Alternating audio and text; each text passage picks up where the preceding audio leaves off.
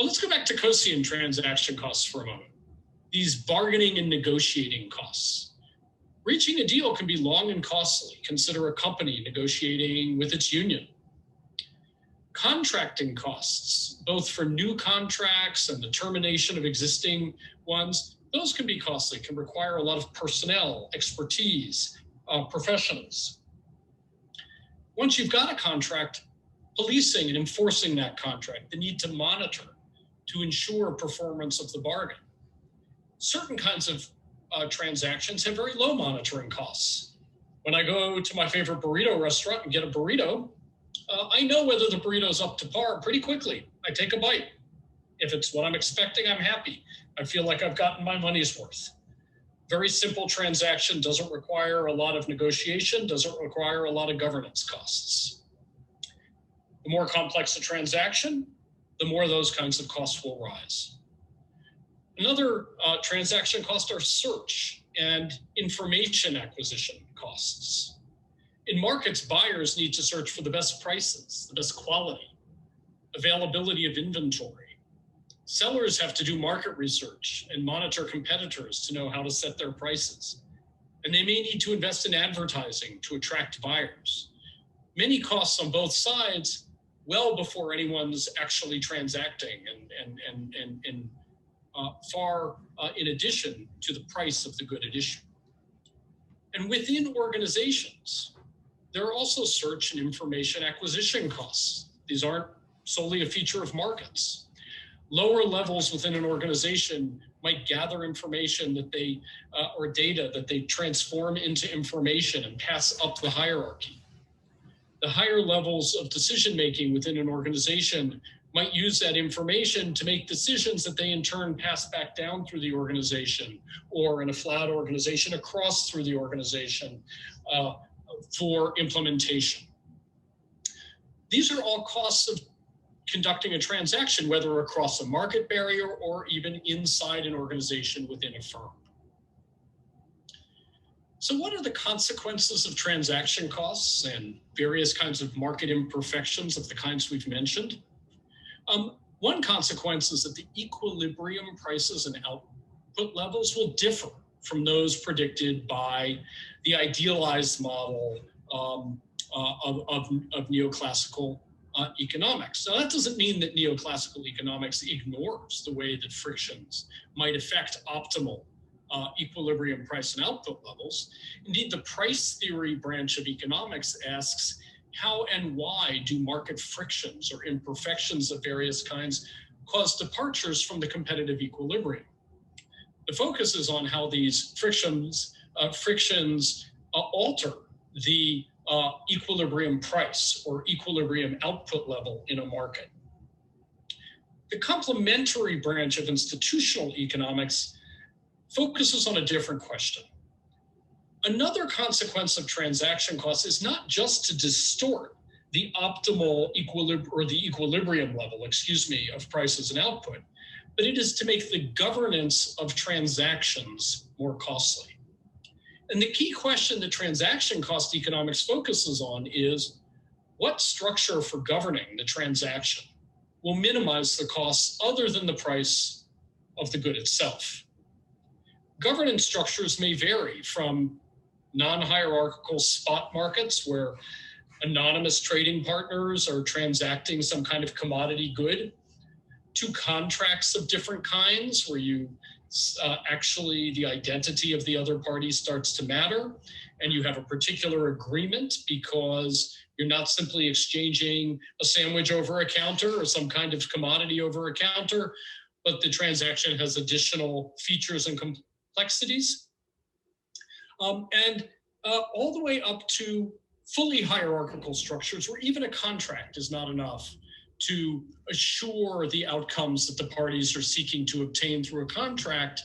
And there's a need for a more hierarchical structure with an ultimate decision maker and fully aligned incentives between the two parties. One way to think about markets is one of their great strengths is the parties have different incentives. I want to pay as little as I can for a good, A seller wants to earn as much profit as the seller can. In order to attract me to do business with them, the seller will minimize its costs, will have very high-powered incentives to act efficiently. But sometimes those high-powered incentives, which depend on our having very different objectives, me to pay the low price, the seller to get the high profit, sometimes we can't do business. We will be too far apart. And where it is really essential for the parties to do business to generate a surplus, sometimes an alignment of the incentives is necessary to bring them together. The more the incentives need to be governed and aligned, the more one moves from the powerful incentives of spot markets to somewhat more negotiated outcomes through contracts, right up to hierarchical structures of firms. Coase looked at transaction costs as moving parties along this spectrum. As transaction costs grow in a particular marketplace or between two trading parties, they will move from spot markets to long-term contracts to internalization.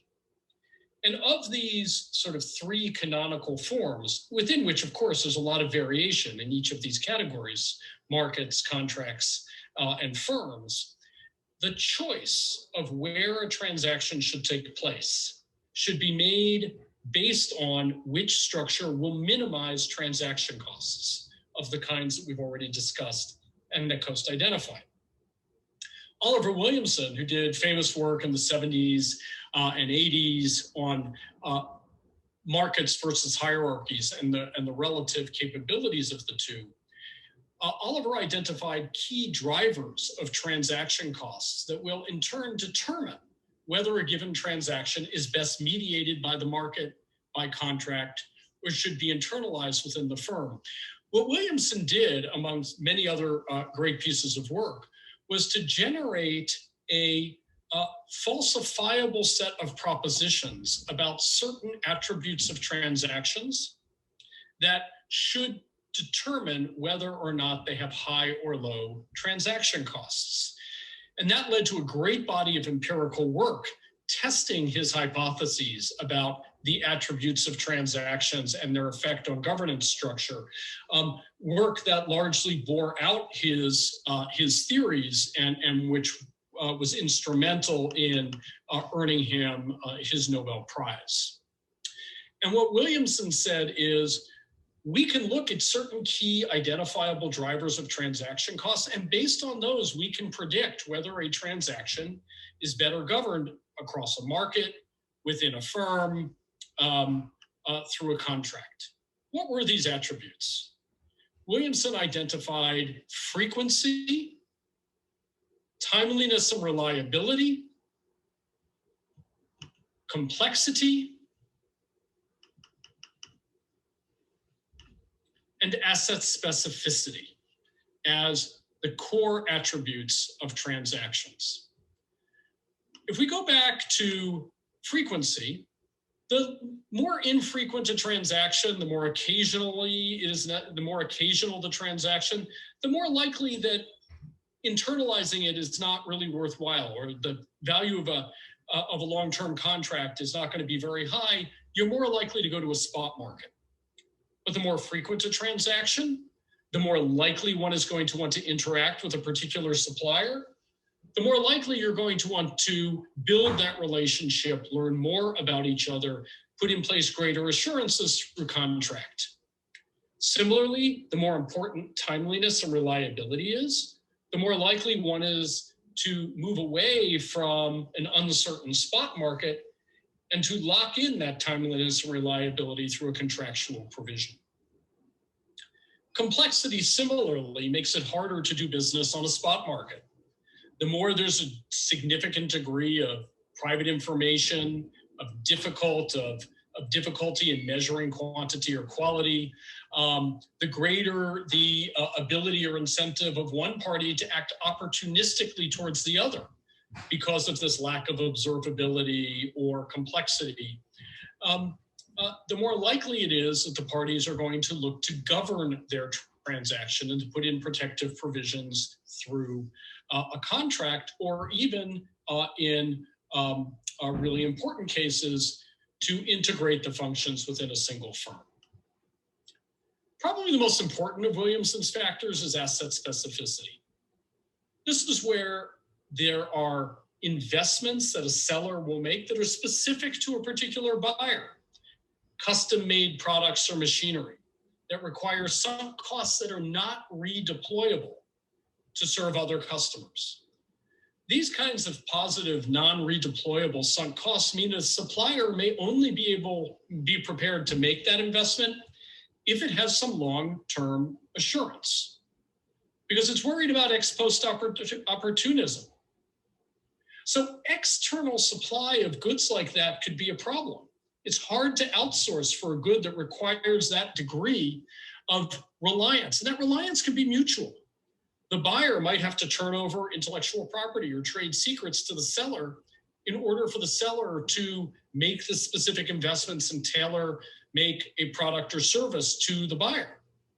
And there can be mutual opportunities for opportunism. And the greater that mutual exposure and the greater that mutual reliance, the harder it is to find trading partners. The more arduous the negotiations and the contracting will be.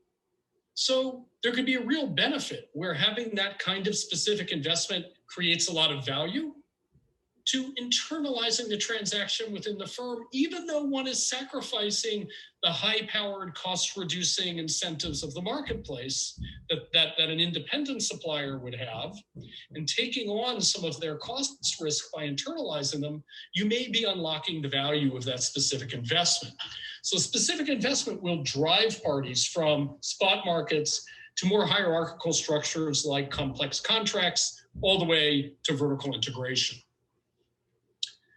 Asset specificity can have many different types. There can be site or locational specificity. Paul Joskow has written about the challenges of electrical generating stations co-locating near coal mines that produced a particular grade of coal to run their generating station, not being expropriated by the mine, at that point raising the coal price all of a sudden, governing that transaction.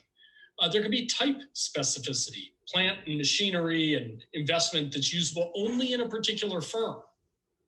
And there can be human capital specificity. Individuals may have knowledge or skills that they cannot easily transfer, or that the firm cannot easily obtain in the labor market, leading to needs of the firm to make sure people don't quit after getting their training too easily, workers making sure they don't put all their eggs in the basket of training, to gaining skills over years for a particular firm, and then being put out where they can't make use of that investment they have made in their human capital. This will require greater levels of protections in those labor relations.